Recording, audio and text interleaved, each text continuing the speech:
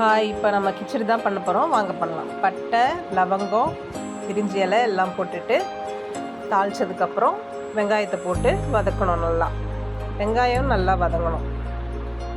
வெங்காயம் நல்லா வதங்கினோடனே நல்லா ஸ்லோ இதில் வச்சுக்கோங்க. வதங்கினோடனே இஞ்சி பூண்டு பேஸ்ட் போட்டு நல்லா பச்சை வாசனை போகிற வரைக்கும் நல்லா வதக்கணும்.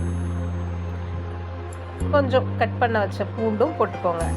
நல்லா வதக்கினதுக்கப்புறம் பச்சை மிளகா, கருவேப்பிலை, தக்காளி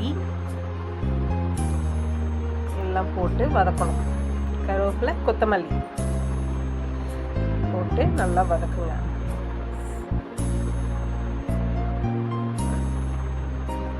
நல்லா வதங்கினதுக்கப்புறம் காய், கேரட், பீன்ஸ், என்கிட்ட என்ன காய் இருக்கோ பட்டாணி கூட போட்டுக்கலாம். என்கிட்ட கேரட் பீன்ஸ் தான் இருந்தது, நான் அதை போட்டுக்கிட்டேன். கொஞ்சம் தேவையான அளவு உப்பு சேர்த்துக்கோங்க. மஞ்சத்தூள், காரத்தூள் போட்டுக்கணும். நல்லா வதக்குங்க.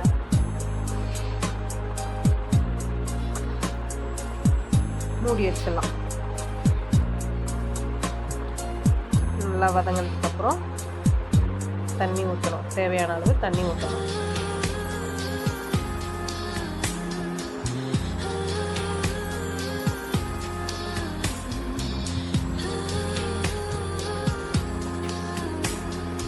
தண்ணி கொதிச்சு வந்துடுச்சு.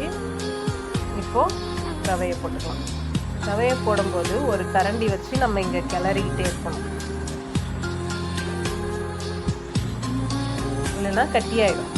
டக்குன்னு எடுத்து கிளறிடுங்க.